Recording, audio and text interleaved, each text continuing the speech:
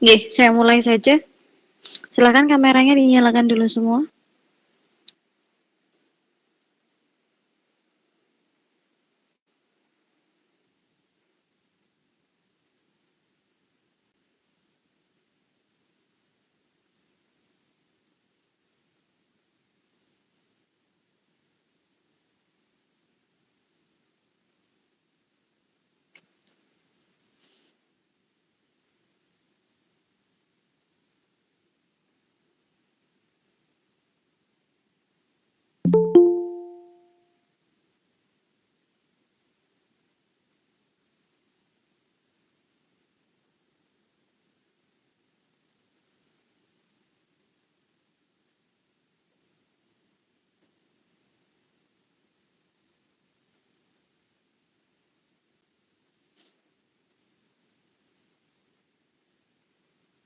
Oke, saya mulai sebelumnya. Assalamualaikum warahmatullahi wabarakatuh.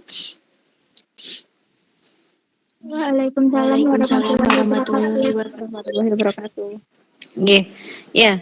Untuk 20A3 kemarin terakhir sampai apa, Dek?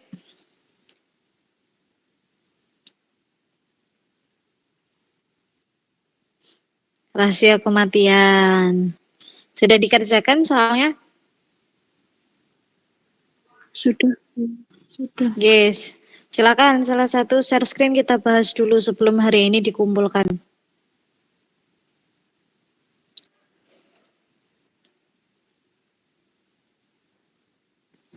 Saya ya, Bu.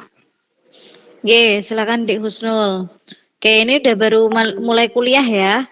Tidak boleh mematikan kamera. Senangannya pembukaan terus dimatikan. Silakan Dik Husnul.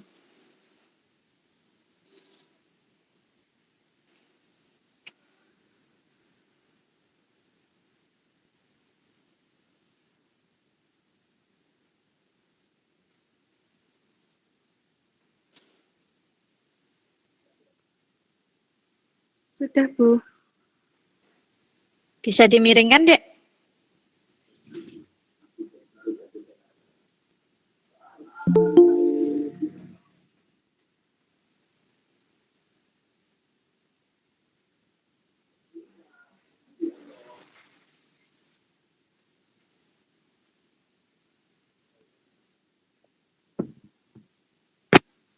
Maaf, Bu, sebentar belum bisa dimiringkan.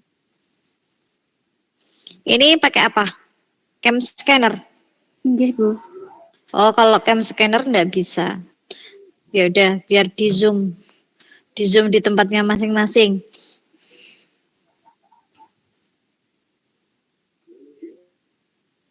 Husnul. Oke, presensi saya di e-learning apakah sudah bisa, Dek? Sudah. Oke. Oke, silakan Dek Husnul, yang lain memperhatikan. Latihan soal nomor 1. Diketahui laporan statistik Rumah Sakit Duta Bangsa Surakarta tahun 2021. Diketahui tempat tidur 450,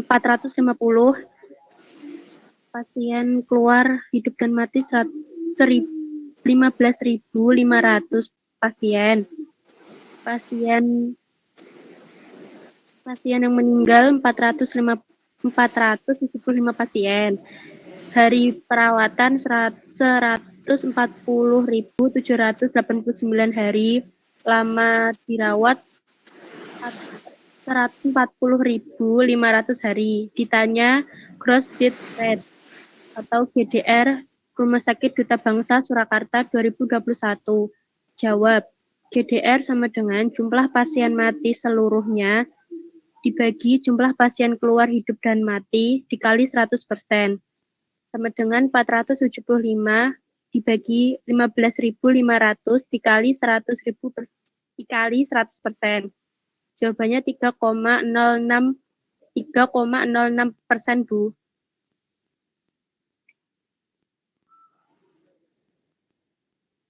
Lanjut nomor 2, Bu.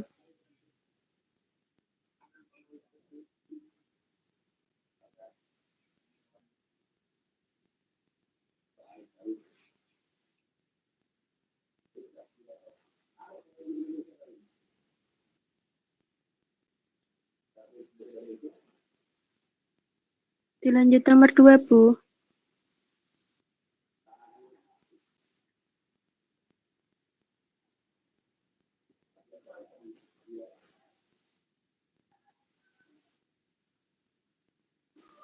Mana Dek kok hilang di layar? Nomor 2, diketahui data Bangsal Melati di Rumah Sakit Duta Bangsa Surakarta bulan Desember 2021. Sebentar. Oke, sebentar. Oke. Kalau dari yang diketahui punya Dek Husnul HP sama dengan 140.789 satuannya hari, bener apa enggak?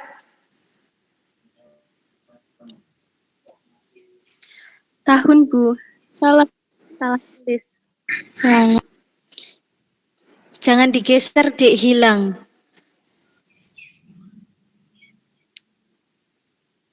Harusnya kan pasien, hari perawatan tentu satuannya pasien bukan satuannya hari.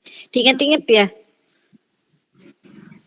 Oke, jawabannya 3,06%. Menurut siapa itu, pakai rumus siapa? Weber Johnson, Bu. Weber Johnson. Kalau menurut Depkes hasilnya berapa? 30,6. 30,6. 6 apa, Dek? Persen. Persen? Depkes kok satuannya persen? Per mil, Bu. Per mil. G. 30,6 per mil. Kalau berdasarkan angka toleransi untuk GDR, berarti hasil 30,6 per mil gimana pembahasannya?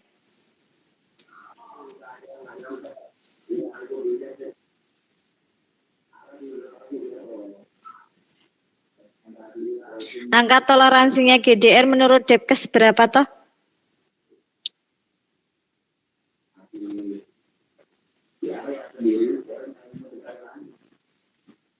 Dek.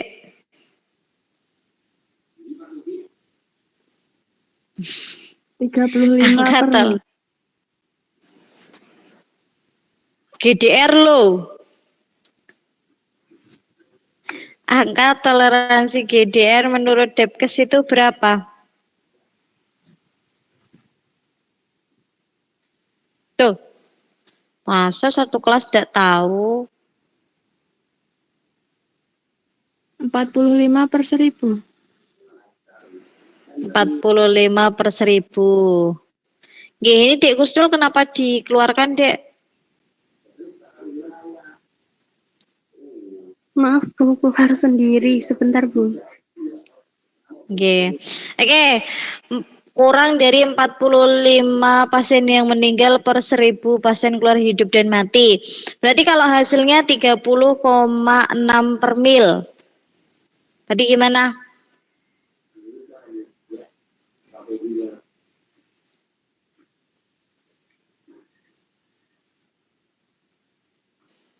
Gimana, Dek?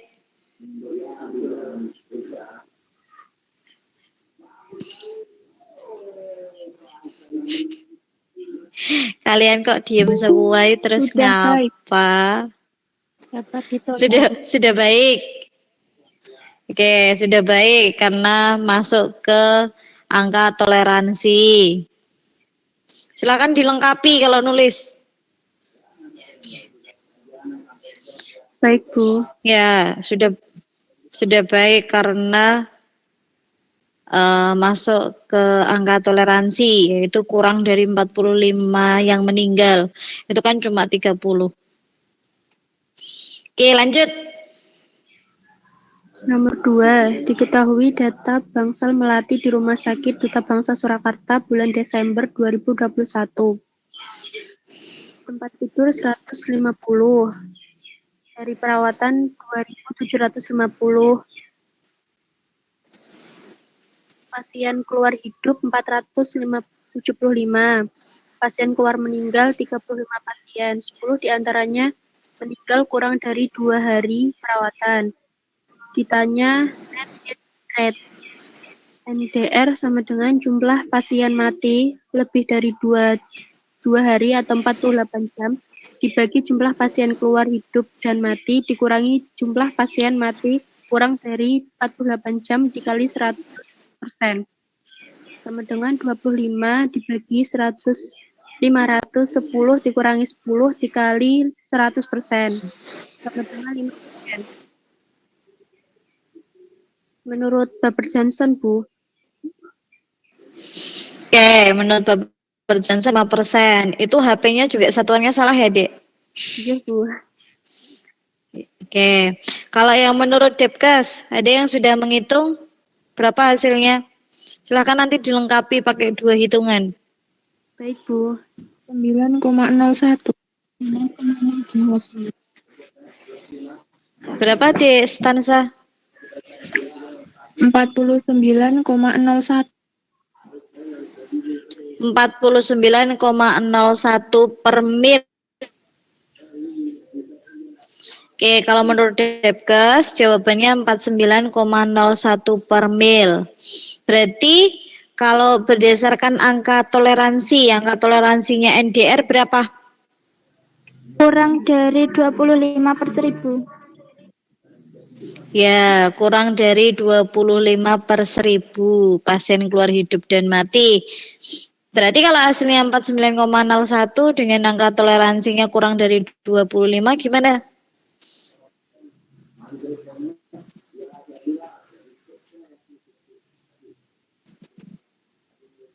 Halo, gimana, Dek?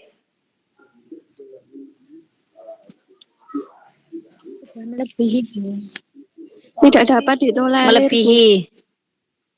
Tidak dapat ditoleransi karena angka kematiannya tinggi ya.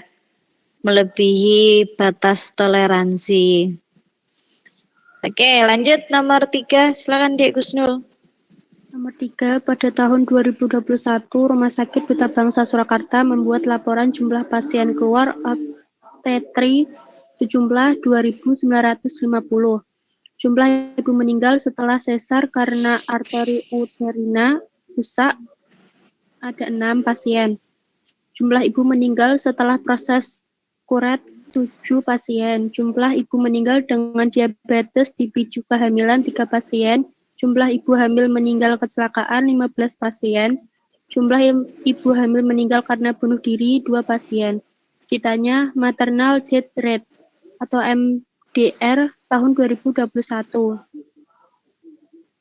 Jawab MDR sama dengan jumlah maternal death dalam suatu periode dibagi jumlah pasien keluar obstetri termasuk yang meninggal dalam suatu periode tersebut dikali 100% sama dengan 30% dari total ibu meninggal dibagi 2.950 dikali 100% hasilnya 1,12%.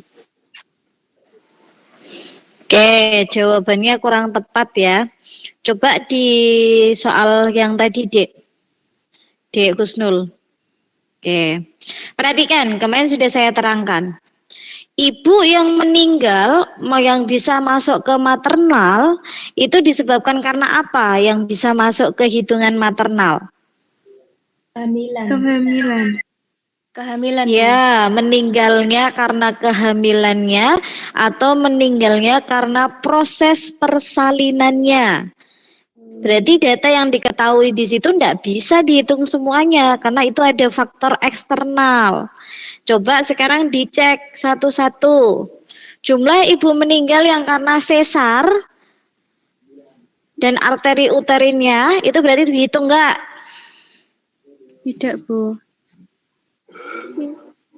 Jumlah ibu meninggal karena sesar, berarti kan proses persalinan itu dihitung 6. Jumlah ibu meninggal setelah proses kuretase Dihitung, Bu. dihitung karena itu proses kuret. Oke. 6 tambah 7, 13. Terus jumlah ibu meninggal karena penyakit DM yang dipicu oleh kehamilan. Dihitung, Bu. Dihitung. Dihitung. Kenapa? Pemicunya kehamilan.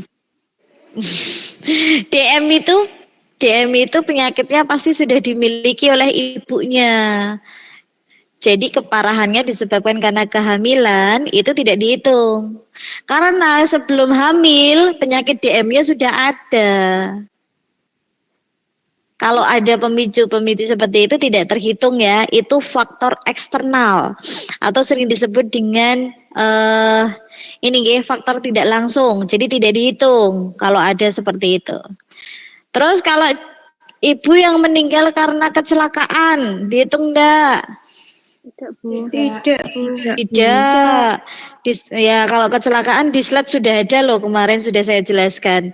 Karena kecelakaan itu faktor dari luar. Kalau jumlah ibu yang hamil meninggal karena bunuh diri, kemarin sudah saya jelaskan juga. Dihitung enggak? Tidak, Bu. Tidak. Enggak. Berarti yang dihitung 6 ditambah 7, berarti 13. 13 dibagi 2.950 dikali 100%, dapat berapa? 0,44. 0,44%, Bu. 0,44%, ya betul jawabannya itu ya. Nanti diperbaiki yang masih salah. Jadi maternal itu tidak semua yang diketahui bisa dihitung, tapi harus yang sesuai kategori maternal. Oke, Di Husnul, soal selanjutnya nomor 4. 4. Laporan statistik Rumah Sakit Ortopedi tahun 2021. Pasien keluar yang operasi 1.200 pasien, 30 pasien meninggal pasca operasi yang terdiri dari 7 pasien meninggal dalam 10 hari pasca operasi, 13 pasien meninggal dalam 12 hari pasca operasi, dan 10 pasien meninggal dalam 15 hari pasca operasi. Ditanya nilai post-operatif death rate. Jawabannya PDR sama dengan jumlah pasien meninggal dalam 10 hari pasca operasi dibagi jumlah pasien yang dioperasi dalam periode tertentu dikali 100%. Sama dengan 30 dibagi 1.200 dikali 100% sama dengan 2,5%. Oke. Nah, ini kemarin juga sudah saya terangkan. Coba di rumusnya dibaca. Jumlah pasien yang meninggal dalam kurun waktu 10 hari.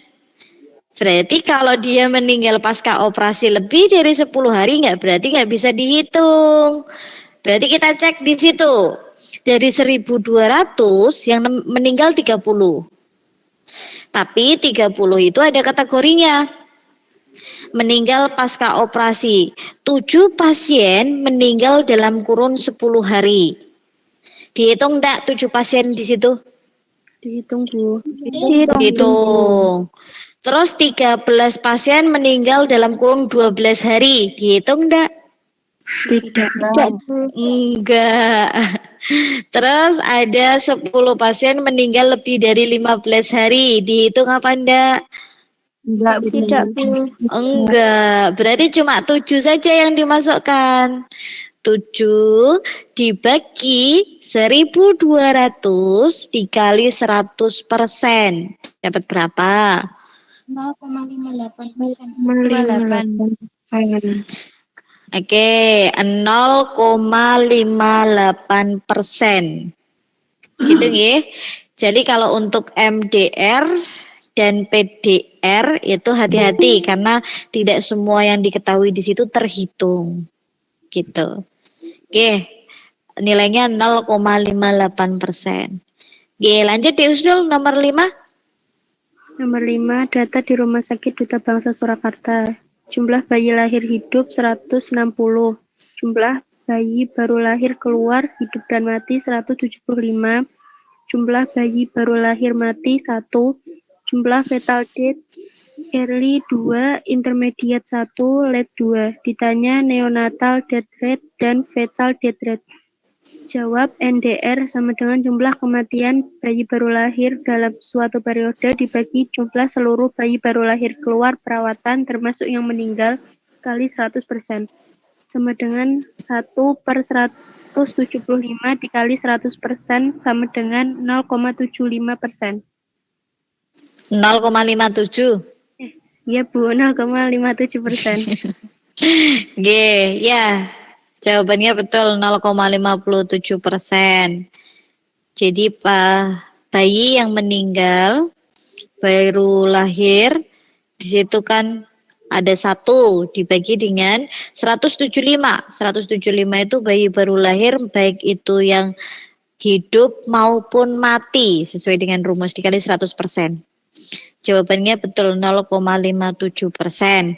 Terus untuk fetal death rate-nya?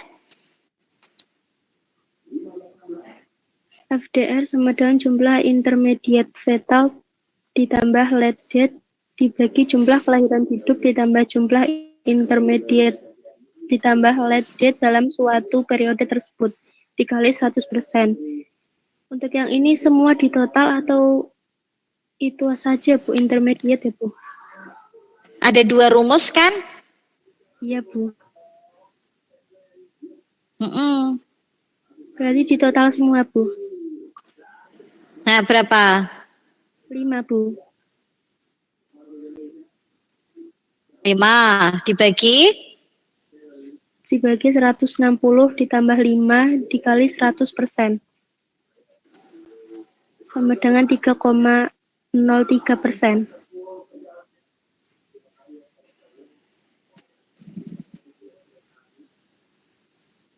Halo Dek, Usdul.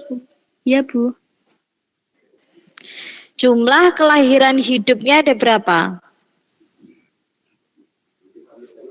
160.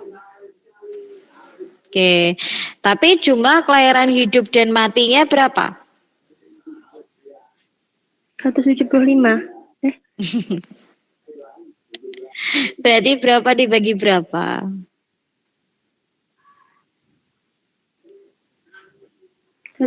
Berarti 160 dibagi 175 Bu. 5 dibagi 175 berapa? 2,85. 2,85%. Itu kalau pakai rumus total. Nah,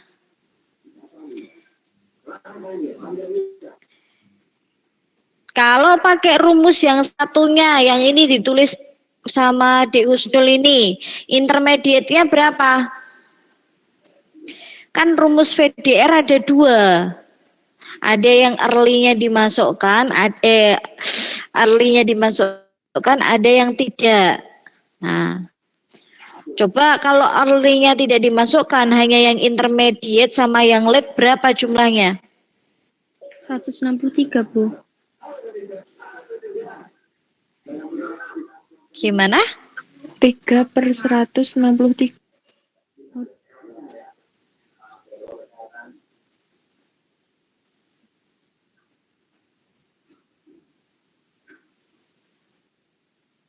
Intermediate-nya jumlahnya berapa toh? 1 Bu. 1. Late-nya berapa? 2 Bu. 2. Oke, berarti 3. Dibagi yang keluar hidup berapa? 160. 160. Ditambah yang meninggal intermediate berapa? 1. Tambah yang meninggal yang late berapa? 2 Bu. 2. Berarti jumlahnya berapa, Dek? 3/160. 163. Ya, dihitung. 1,84%. Oke, 1,84%. Coba dihitung. Benar enggak? 1,84% atau 1,8%? Benar, Bu. Betul, gitu ya. Jadi untuk VDR ada dua rumus. Ketika tidak diketahui Earlingham harus dihitung atau enggak, hitung aja dua-duanya. Dihitung semuanya yang meninggal dengan data pasien yang keluar hidup seluruhnya, dapatnya tadi 2,85%.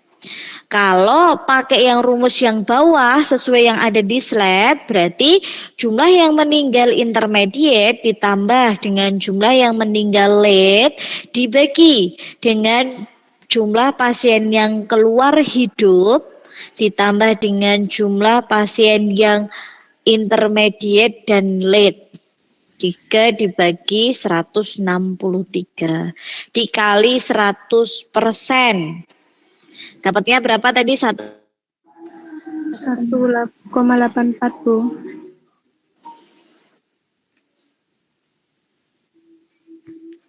1, berapa? 8. G 1,84 atau 1, ini G 1,8 gitu. Oke, sampai sini ada pertanyaan? Oke, nanti yang salah diperbaiki, maksimal pengumpulan di e-learning nanti malam ya, 2359. Jadi yang masih salah nanti diperbaiki dulu. Oke, lanjut nomor 6 D Husnul. Nomor 6, Rumah Sakit Duta Bangsa pada periode bulan September 2021. Jumlah bayi baru lahir keluar hidup dan mati 185. Jumlah bayi baru lahir mati neonatal death 1, post neonatal death 2, infant death 0. Ditanya newborn mortality rate, jawab NDR sama dengan jumlah kematian bayi baru lahir dalam suatu periode dibagi jumlah seluruh bayi baru lahir keluar perawatan dikali 100%. Sama dengan 3 dibagi 185 dikali 100%. Jawabannya 1,62%. G. Ya, jawabannya betul. Itu soal 1 sampai 6 sudah kita bahas. Ada yang mau ditanyakan dulu? Oke, terima kasih D Husnul. Sama-sama, Bu. Maaf soalnya banyak yang salah. Gak apa-apa. Kalau nggak ada yang salah, nggak tahu salahnya di mana ya, gitu. Nah, kalau sekarang sudah tahu salahnya di mana, berarti besok kalau ada soal seperti itu, jawabannya harus benar. Gitu. Itu ya. Oke, nanti diperbaiki semuanya, dikumpulkan nanti malam 2359. Kalau yang sudah terlanjur upload, bisa dicoba lagi, dicoba upload. Untuk lembar pengumpulannya sudah saya buatkan belum di e-learning? Kelihatannya sudah ya? Sudah, Bu. Oke, sudah. Ya, sebelum masuk ke materi berikutnya, ada yang mau ditanyakan dulu mungkin? Untuk statistik kematian? Belum ada, Bu. Belum. Tapi nanti biasanya untuk praktek lapangan yang dipakai yang dihitung hanya NDR, GDR saja. Gitu. Tapi kalau untuk kerja kalian nanti akan pakai semua hitungan. Gitu nggih. Oke, kalau belum ada pertanyaan berarti saya lanjutkan ke materi berikutnya untuk penyajian data. Jadi saya ajarkan untuk menyajikan data, baik itu dari tabel maupun dari diagram. Sebentar ya. Ini saya tuh ada di lantai 2 dan hari ini mahasiswa yang PTM banyak sekali gitu ya. Jadi wifi itu dari tadi punya dosen ini kok mati hidup. Padahal mahasiswa taunya kan wifi-nya kampus ya, bukan wifi-nya dosen ya. Tapi enggak kalau tahu wifi-nya dosen. Ini dari tadi yuk laptop saya mati keluar. Sebentar.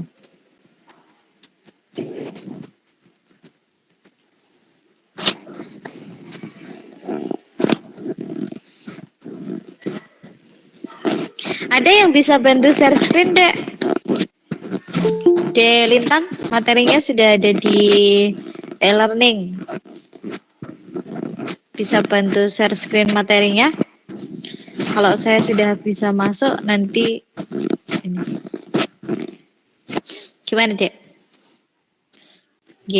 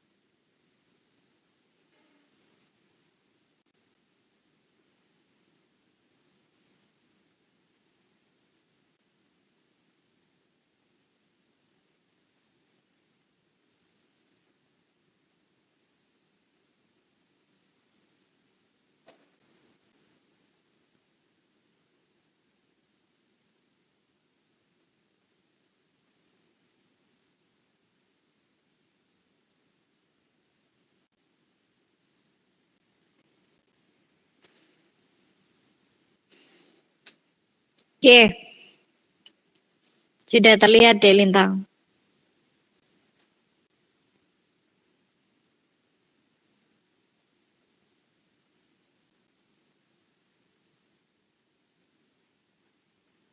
Oke, saya lanjutkan untuk penyajian data dengan tabel dan diagram ya. Jadi di situ ada beberapa cara untuk menyajikan data. Jadi kalau data gawat darurat, rawat jalan gitu ya, ataupun statistik kematian, rawat inap, itu datanya bisa disajikan dengan diagram dan tabel. Nah, jadi saya ajarkan nih caranya menyajikan data dari tabel maupun diagram. Oke, lanjut deh Lintang. Nah, di situ ada beberapa ini ya jenis penyajian data dengan tabel. Tabel itu ada 3 jenis, ada tabel 1 arah, ada tabel 2 arah, ada tabel 3 arah. Nah, apa bedanya? Di situ sudah saya jelaskan di slide-slide berikutnya. Jadi kalau tabel 1 arah itu biasanya hanya membahas satu hal gitu ya. 2 arah itu berarti nanti membahas 2 hal yang saling berhubungan. Kalau 3 ya berarti 3 jenis. Nah, tergantung kalian mau membuat tabel apa. Kalau misalkan besok ketika kalian praktek lapangan misalkan membuat hasil indikator rawat inap, ada BOR, LOS, TOI, dan BTO. Nah, itu ada 4, berarti tabel 4 arah. Contohnya seperti itu.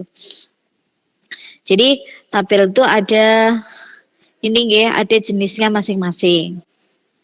Oke, lanjut di Lintang. Nah, itu ada bagian-bagian tabel. Tabel itu ada judul tabel. Nah, judul tabel itu setiap institusi berbeda-beda. Jadi misalkan kalian nanti habis kuliah dari sini kuliah UMS, kuliah di UNS gitu ya. Seperti saya tiap tahun kuliah ya. Dari UDB selesai ke UMS, UMS selesai ke UNS. Nah, semua tempat digunakan untuk kuliah. Nah, itu sistematika setiap institusi berbeda-beda. Kalau di UDB, ketika kalian biasanya sudah membuat laporan lapangan, kunjungan lapangan, atau laporan praktek lapangan, nanti ketika kalian buat tugas akhir sama. Judul tabelnya adalah kalau di UDB itu peraturannya disebutkan tabel tersebut letaknya ada di bab berapa. Misalkan tabel 2.1 berarti ada di bab 2 urutan nomor 1 kayak gitu kan. Kalau di UDB seperti itu. tabel 1.1. Berarti tabel itu ada di bab 1 dan urutan nomor 1. Nah, kayak gitu. Kalau tabel 4.5 berarti tabelnya ada di bab 4 urutan nomor 5 di bab tersebut. Gitu. Itu ya. Nah, setiap institusi punya peraturannya masing-masing. Jadi setiap membuat tabel harus judul tabelnya dulu. Setelah ada judul tabelnya, harus ada judul kolom. Jadi kolom itu harus ada judulnya. Karena kalau buat kolom, kok tidak ada judul kolomnya, nanti kalian kesulitan. Ini data apa? Kayak gitu. Kok datanya tidak diketahui nih judul kolomnya. Nah, itu nanti akan kesulitan di situ. Yang nomor 3, ada badan tabel. Ada badan tabel itu ada isinya. Jangan sampai buat tabel tapi kosongan. Nggak ada isinya, nggak ada badan tabelnya, kan nggak mungkin. Jadi harus ada isinya, mau membahas tentang apa, data itu data tentang apa, dan sebagainya. Yang keempat, ada kaki tabel. Kaki tabel itu biasanya untuk menuliskan sumber. Data tersebut dari mana sumbernya? Sumber data biasanya. Kalau data tersebut dari rumah sakit, ya sumber data dari rumah sakit mana, seperti itu. Oh, datanya dapat dari rekam medis, ya sumber datanya dapat dari unit rekam medis. Tapi ternyata datanya dapat dari pelaporannya, gitu ya. Berarti dari analisisnya, reportingnya rumah sakit mana, nah contohnya. Itu biasanya ada di kaki tabel.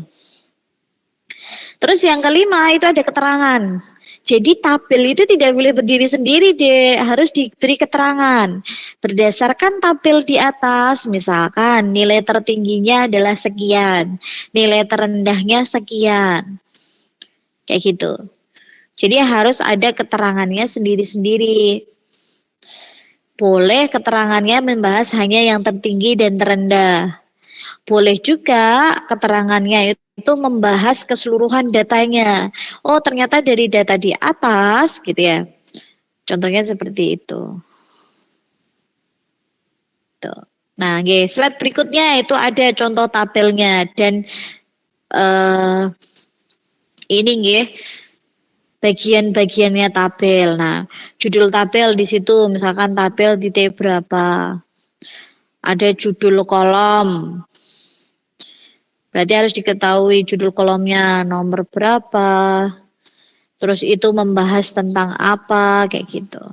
Ada badan tabelnya, ada kaki tabel. Nah, itu kaki tabel tadi sudah saya jelaskan, sumber biasanya menunjukkan sebuah sumber. Sumbernya dapat dari mana?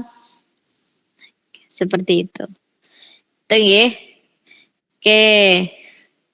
Nah, makanya kalau misalkan membuat laporan praktek lapangan, kebetulan membuat tabel. Dan tabelnya itu lebih dari 2 halaman. Misalnya ada di 5-6 halaman. Nah, padahal setiap halaman harus tetap diberikan judul kolom. Ada yang sudah bisa cara memberikan judul kolom secara otomatis. Biar ini nggih di setiap halaman secara otomatis dia ada judul kolomnya. Ada yang tahu?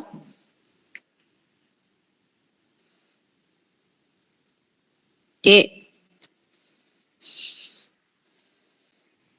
Sudah kameranya dimatikan, ditanya diem saja. Kalian pada ngapain? Tidak tahu, Bu.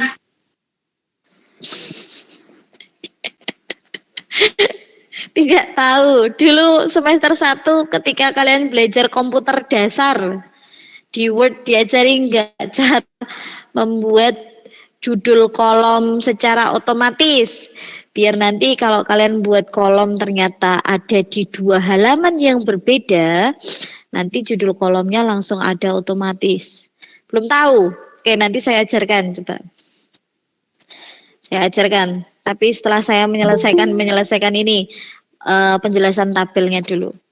Oke, lanjut deh, Lintang. Oke, nah ini contoh tabel satu arah. Tadi sudah saya sampaikan. Berarti tabel satu arah itu membahas satu hal. Nah, di situ yang mau dibahas adalah tentang varian kedelai. Oh, kedelai dengan varian Willis itu ada 120 ton per hektar. Nah, itu salah satu pembuatan judul kolom, ternyata satuannya ditaruh di judul kolomnya. Itu untuk apa? Biar tidak mengulangi satuannya ditaruh di badan tabel. Jadi kalau sudah ditaruh di kolom seperti itu, oh ternyata produksi satuannya adalah ton per hektar. Nah, itu enak. Berarti pada datanya di badan tabel tidak perlu mencantumkan satuannya. Karena sudah ada di judul kolom. Nanti ketika kalian membuat tabel pada laporan-laporan PL atau membuat laporan tugas akhir, ketika sudah menyebutkan satuannya di judul kolom tidak perlu ditaruh lagi di badan tabelnya. Kalau belum ada, kalian kan harus menyebutkan misalkan 120 ton per hektar, 125 ton per hektar. Nah, itu mengulangi kalimat. Jadi tidak perlu seperti itu.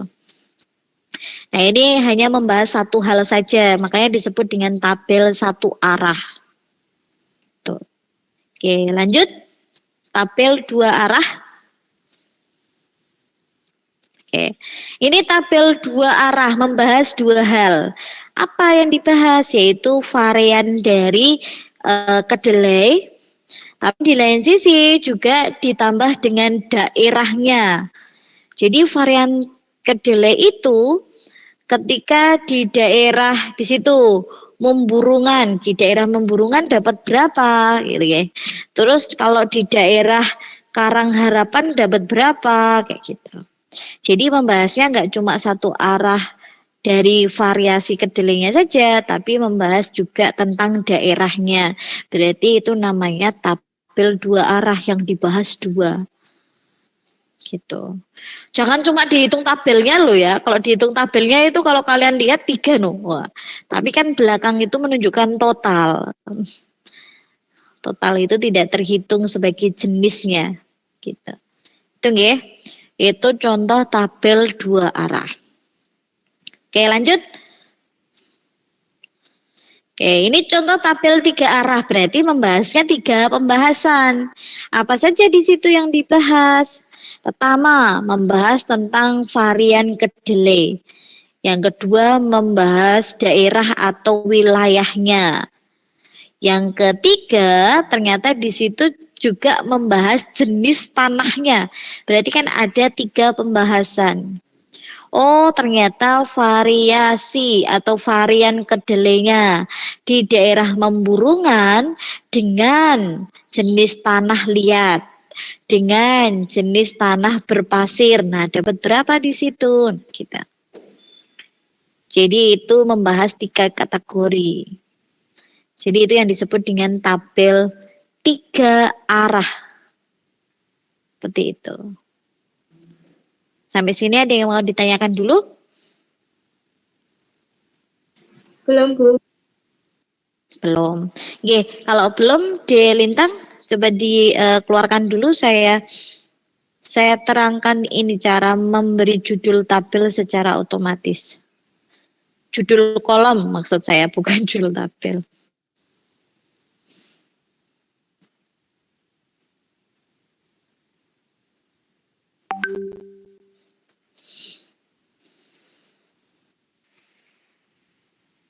Oke, semoga tidak mati. Ini hari ini mahasiswanya banyak sekali, termasuk kalian ya? PTM juga hari ini. Iya, Bu. Iya, Bu. Iya, Bu. Oke, sudah terlihat?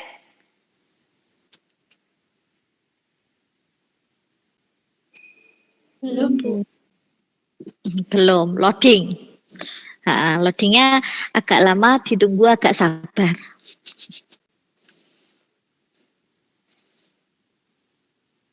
Sudah, Bu. Sudah? Sudah. Sudah, Bu. Sudah terlihat? Oke, sudah terlihat. Nah, coba perhatikan. Saya punya tabel di sini. Di sini saya berikan judul kolom, nomor, nama kelas. Nah, ternyata tabelnya nggak berputus. Ada di halaman kedua. Gitu ya. Ada di halaman ketiga. Nah, gimana caranya memberikan judul kolom secara otomatis ketika dia beda halaman gitu ya? Ya itu ada caranya. Kadang mahasiswa itu pakai cara di enter gitu ya. Sampai nanti ditulisi per halaman, ditulisi nama, nomor kelas lagi gitu ya. Nah, itu tidak boleh, harusnya secara otomatis. Caranya gimana, Bu? Judul kolomnya diblok dulu. Nah, kalian perhatikan di slide saya. Kalau judul kolomnya sudah diblok, kalian di Word ini pilih menu layout. Jadi judul kolomnya diblok. Setelah itu di menu Word kalian pilih layout. Nah, kalau sudah klik layout, kalian pilih ini, repeat header row. Kalian klik aktifkan gitu di sini. Jadi repeat itu kan pengulangan. Header row. Jadi kalau sudah diaktifkan, nah kita cek apakah halaman berikutnya sudah ada? Sudah ada dengan sendirinya secara otomatis. Gitu. Jadi nggak perlu nganter-nganter tabel lagi, tabel. Jadi kalau nanti kalian, oh ada tabel ternyata terpotong, terputus, dia ada di 2-3 halaman, nggak usah bingung. Berarti langsung saja blok judul kolomnya, setelah itu klik layout pada menu Word, terus cari ini nih sub menu yang repeat header row. Nah, nanti secara otomatis. Dan ini ketika di halaman-halaman nomor 3, nomor 2, ini tidak bisa diedit ya, karena ini otomatis. Jadi yang bisa diedit kalau ada kesalahan hanya di halaman yang pertama yang digunakan untuk membuat judul kolom. Gitu. Jadi yang diedit hanya yang pertama ini di halaman pertama. Gitu. Sampai sini ada yang mau ditanyakan?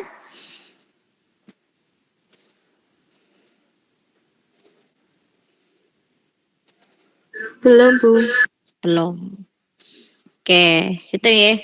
Jadi nanti silakan ditulis sendiri caranya membuat judul kolom secara otomatis.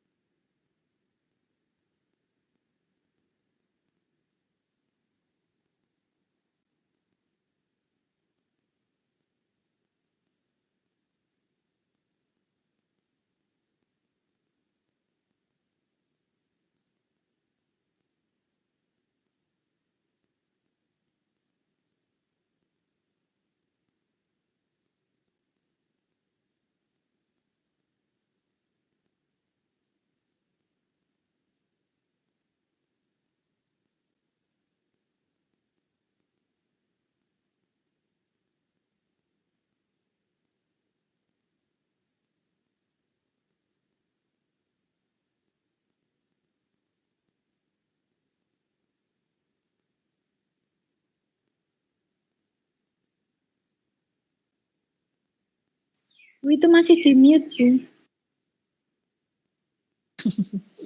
Sudah muncul di layar, Dek? Belum, Bu. Belum, iya. Sinyal saya putus nyambung di laptop. Dek Lintang?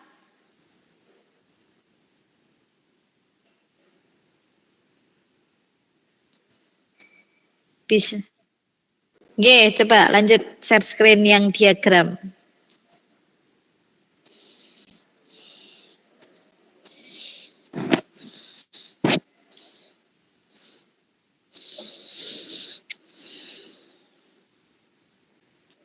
Oke, itu tadi kalau tabel ada jenis-jenisnya sendiri. Sekarang diagram.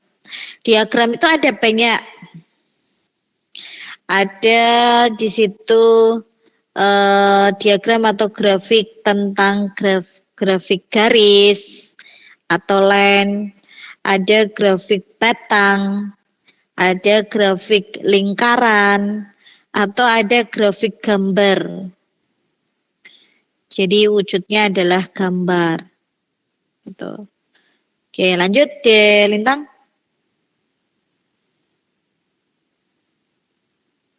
Nah, ini salah satu contoh grafik garis. Oh, di sini membahas tentang poligon. Kalau poligon itu harus tahu batas bawah, batas atas. Nah, ini pelajarannya harusnya SIK 1. Jadi saya tidak jelaskan isinya, tapi saya fokus ke grafik. Jadi grafiknya ini dibuat berdasarkan batas yang sudah dibuat. Jadi batas atasnya berapa, batas bawahnya berapa, setelah itu frekuensinya berapa. Maka garis akan dibuat sesuai dengan frekuensinya. Nah, contohnya di situ, misalkan di situ kan membahas tentang nilai tengah atau nilai tengah kelasnya adalah 231,5, jumlah frekuensinya 2. Ya berarti dibuat di nilai tengah 231,5 dibuat ke atas frekuensinya di skala 2. 375,5 frekuensinya 5, agak naik lagi. Dan sebagainya. Jadi itu termasuk salah satu contoh diagram garis. Jadi bentuknya hanya garis saja atau line. Gitu. Oke. Lanjut di Lintang. Kalau kurva O'Keeffe itu membuatnya adalah dari dari interval dan ada tipe kelasnya. Ada frekuensi lebih dari dan frekuensi kurang dari. Nah, kalau ini berarti nanti dia ada arah dari kanan, ada dari kiri. Berarti nanti grafik line-nya itu akan bertemu di satu titik. Itu namanya kurva O'Keeffe. Karena di situ ada frekuensi dari kanan, ada frekuensi dari kiri, yaitu lebih dari dan kurang dari. Yang nanti dia akan ketemu di satu satu sudut atau satu titik. Gitu. Contoh slide berikutnya ada gambarnya itu kurva O'Keeffe. Nah, contohnya seperti itu. Jadi dia buatnya dari yang kurang dari, misalkan yang warna merah. Nah, yang warna merah itu kan menunjukkan frekuensi kumulatif kurang dari. Yang warna biru itu menunjukkan frekuensi kumulatif kurang dari, yang lebih dari gitu nggih. Jadi nanti kalau yang membuat yang kurang dari dan yang dari sini yang lebih dari, nanti akan ketemu tuh perpotongannya. Itu yang dikatakan kurva O'Keeffe. Jadi ketemu di satu perpotongan. Gitu. Oke. Lanjut di Lintang. Nah, kalau ini sudah ke diagram batang. Diagram batang itu ada yang namanya histogram, ada yang diagram batang biasa. Kalau histogram berarti dia batas bawahnya itu dibuat dari interval. Jadi interval sekian sampai interval sekian, ada berapa frekuensinya. Nah, itu namanya histogram. Tapi kalau kalian hanya membuat skala 1, 2, 3, 4, 5, terus mau menunjukkan hari, itu hanya diagram batang biasa. Kalau histogram itu pakai skala interval. Jadinya seperti itu. Itu nggih. Oke. Itu salah satu contoh diagram batang. Nah, ini salah satu contoh diagram atau grafik lingkaran atau disebut dengan pie chart. Nanti kalau jenisnya bisa dilihat sendiri-sendiri, bisa dibuat di Word. Nanti saya contohkan cara membuatnya di Word. Jadi dari data tabel tadi kita buat tabel, ternyata pembahasannya mau kita buat diagram. Berarti kalian buat diagramnya di situ. Tabelnya isinya tentang apa? Oh, di situ berisi tentang kualitas pendidikan umum. Nah, paling berapa A, B, C, D. Setelah itu dibuat grafik lingkarannya. Paling banyak yang mana?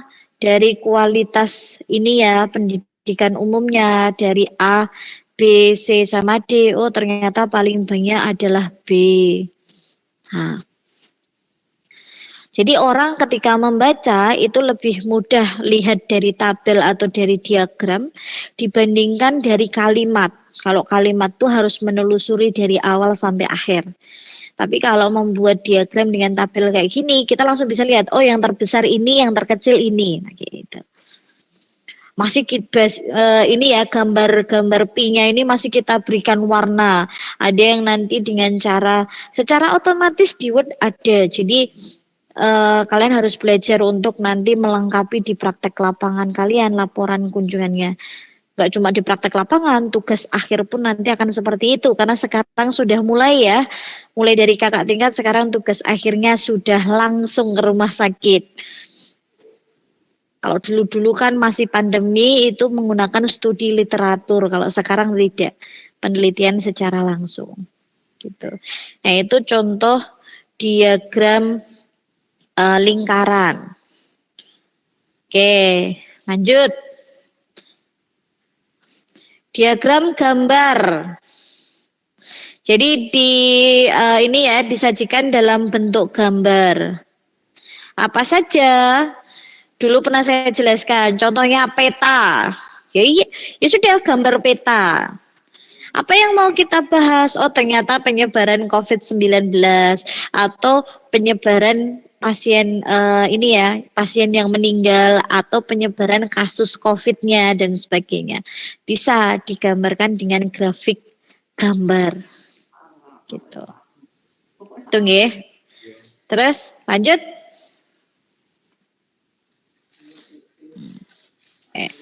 Nah ini salah satu penyajian data kualitatif.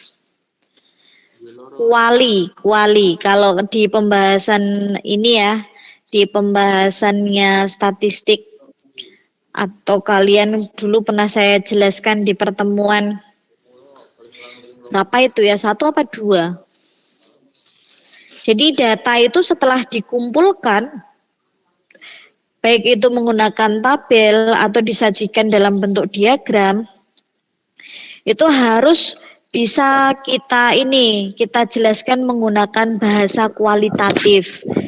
Kualitatif itu dengan kalimat. Halo Dek Tegar, tolong dimatikan mikrofonnya. Oke, sudah. Nah, kualitatif itu kan menunjukkan kualitas di situ. Berarti ada ukurannya, biasanya ada frekuensinya, frekuensi relatif, ada prosentasenya. Kalau yang namanya prosentase biasanya dibuatnya pakai diagram lingkaran tadi. Di situ sudah ada contohnya pie chart. Atau bisa menggunakan bar chart. Bar chart itu adalah diagram batang. Jadi kalau ini ya, kalau mau gampang gini, oh saya setelah itu buat tabel. Setelah dari tabel, tadi kan saya sudah sampaikan harus ada keterangannya dong di bawah tabel. Berdasarkan tabel di atas, nilai tertinggi adalah ini, nilai terendah adalah ini. Nah itu salah satu penyajian data kualitatif. Jadi menggunakan bahasa gitu ya. Jadi kalau penelitian kualitatif itu tidak berbasis angka, tapi berbasis bukti dengan menggunakan bahasa-bahasa gitu. Tergantung yang mau kita bahas. Kalau contohnya kayak tadi kedelai, Varian kedelai yang tertinggi ada di sini. Daerah mana dengan jenis pasir apa? Nah, itu namanya kualitatif, data kualitatif. Jadi data yang sudah disajikan dari tabel ataupun dari diagram kita bahas lagi di bawah. Gitu. Itu nggih. Gitu lanjut di Lintang. Oke. Nah, contohnya di situ. Tabel 2.1 berarti ada di bab 2 urutan nomor 1.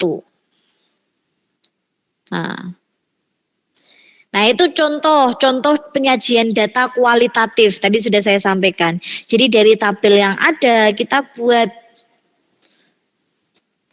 bisa ditaruh di awal sebagai kata pengantar, bisa ditaruh di akhir sebagai pembahasan. Nah, itu contohnya. Dalam suatu survei pendidikan umum, 400 sekolah diteliti. Kualitas pendidikannya, hasilnya untuk masing-masing sekolah. Nah, itu kalimat-kalimat kualitatif.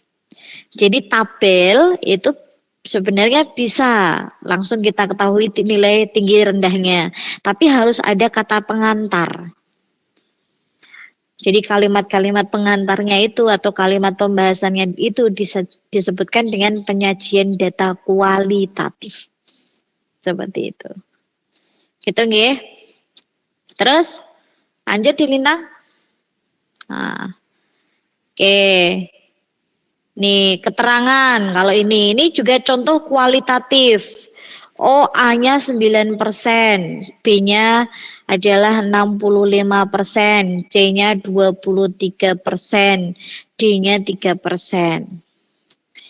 Nah, ini data kualitatifnya ada di keterangannya tersebut. Gitu. Kalau mau dimasukkan ke diagramnya bisa Bu, bisa. Pilihannya kan banyak cara pembuatan diagramnya. Gitu. Gitu nggih? Oke, di Lintang bisa dikeluarkan, saya ajarkan cara membuat ini yang cepat.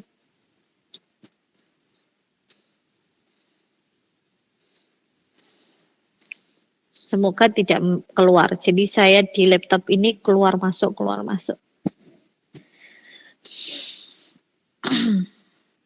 Mungkin sambil nunggu ini loading ada yang mau ditanyakan dulu.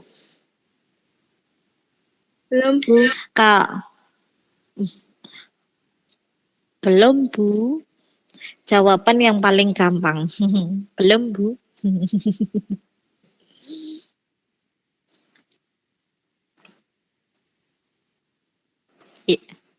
Nggih, gimana?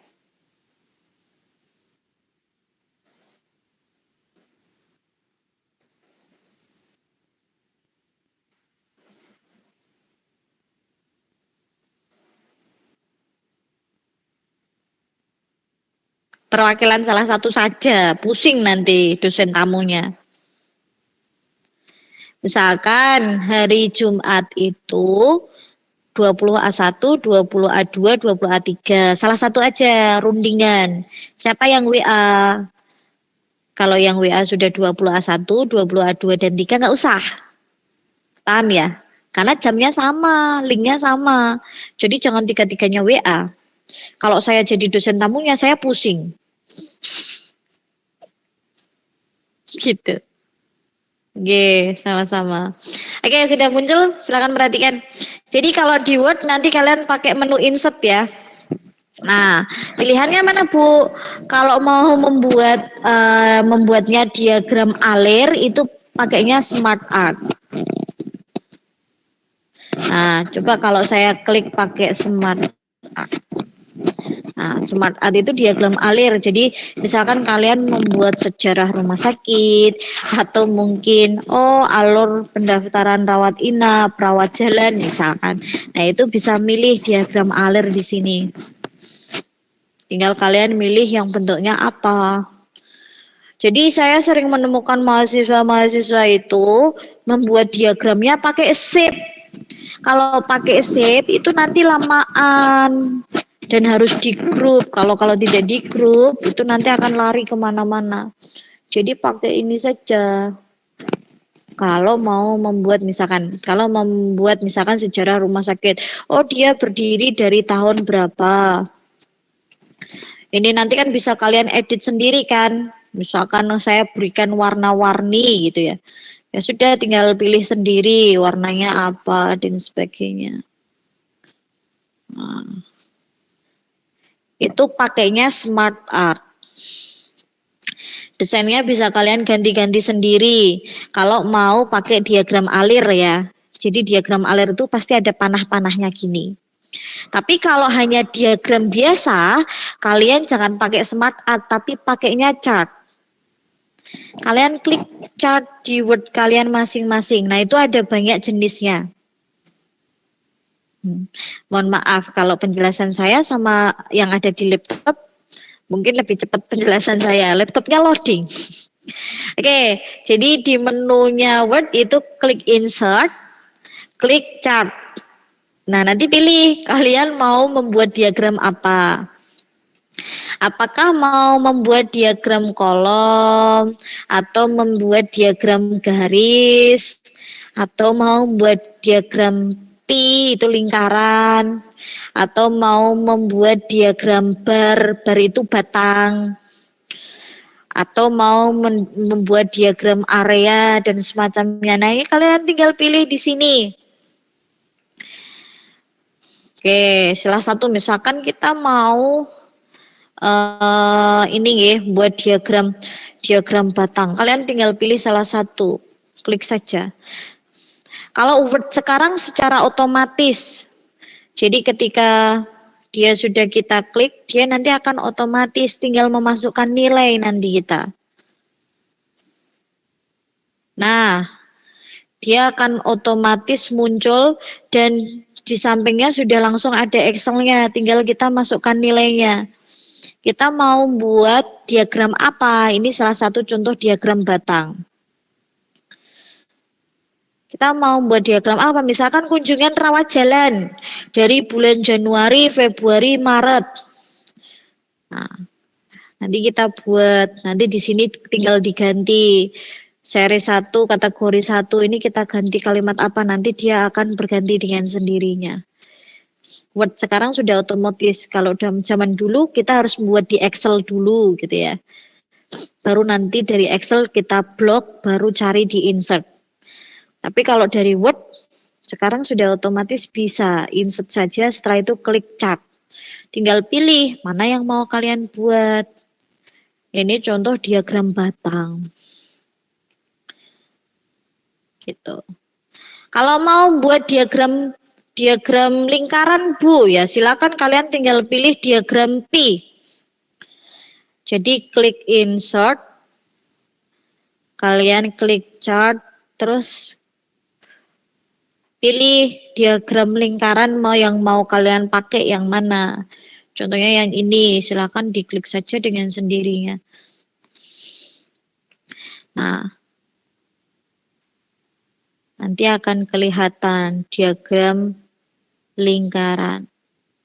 Insert, chart, pilih yang diagram lingkaran. Gitu, nanti akan muncul diagram lingkarannya. Duh, putus lagi. Mohon maaf, Dek.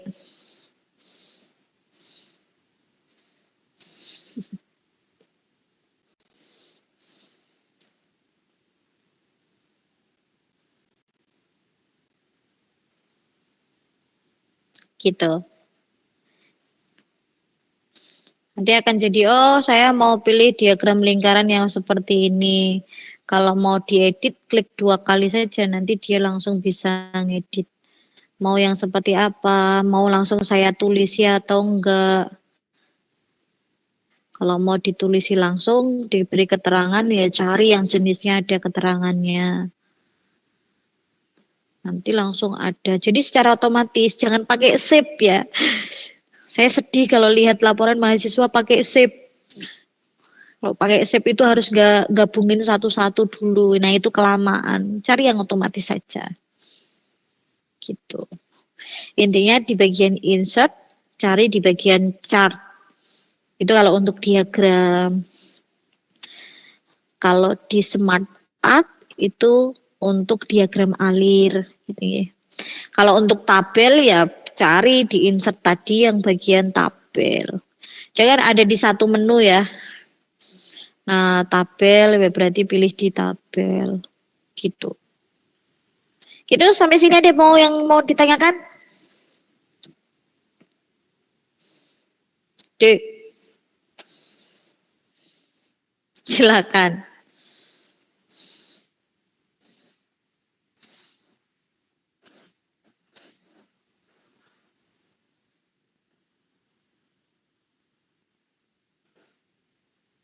Ya kalian tinggal ditambahkan.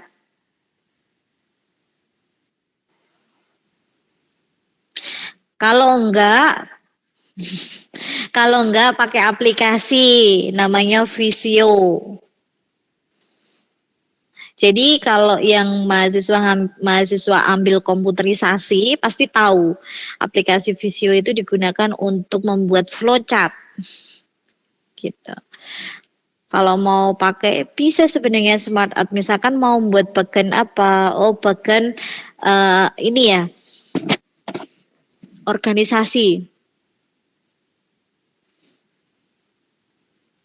Tinggal pilih yang mana, Dek. Nah, ini hierarki. Kurang banyak yuk ditambahi toh, Dek. Ini lihat toh yang sebelah sini. Ini kalau kalian enter menjorok ke depan, kalian tap, nanti kan dia akan bertambah. Atau kalian enter, itu nanti kan kolomnya bertambah, Dek. Tuh. Dia akan bertambah dengan sendirinya. Dicoba saja. Kalau mau nggak jadi Bu, ya delete aja. Selesai toh. Dihapus. Nggak jadi pakai yang ini, ya yang ini dihapus. Kayak gitu. Nggak jadi pakai semua, ya wes dihapus semua. Gampang toh. Gitu. Nanti dicoba aja. Tapi kalau memang terlalu banyak dan nggak bisa pakai Smart Art, bisa pakai aplikasi Visio. Nanti biasanya kalian diberikan oleh dosen ini, dosen komputerisasi, kalau sudah sampai ke pemrograman data. Nanti kalian akan diajarkan entitas itu masuknya. Jadi many to many, one to many. Nah itu biasanya diajarkan di situ untuk entitas. Nanti diajari cara membuat hierarki seperti ini. Gitu. Itu ya. Dapat tanya lagi? Gak ada. Belum. Ya kalau belum ada berarti saya cukupkan sampai sini saja ya. Untuk pertemuan hari ini. Ini juga sudah dimatikan semua kameranya. Jadi nggak tahu rebahan sambil tiduran ya nggak tahu ya. Saya juga nggak tahu. Apakah kalian dengarkan suara saya kayak penghantar tidur kalian yang lama-lama terdengar suara ngorok-ngorok kalian gitu ya. Saya juga nggak tahu nih. Oke, pertemuan terakhir kita besok ya hari Kamis. Dan hari ini jangan lupa untuk yang statistik kematian yang tadi mungkin ada yang masih salah segera diperbaiki dan dikumpulkan maksimal nanti malam jam 23.59 gitu ya. Oke, saya akhiri untuk pertemuan hari ini. Kurang lebihnya mohon maaf dari saya. Billahi taufik wal hidayah. Wassalamualaikum warahmatullahi wabarakatuh. Waalaikumsalam warahmatullahi wabarakatuh. Terima kasih. Oke, sama-sama. Dengar suaranya itu hanya membuka salam dan mengakhiri salam. Ya Allah, ya Allah. Oke, saya izin live. Lintang laporannya saya tunggu ya. Makasih, Bu.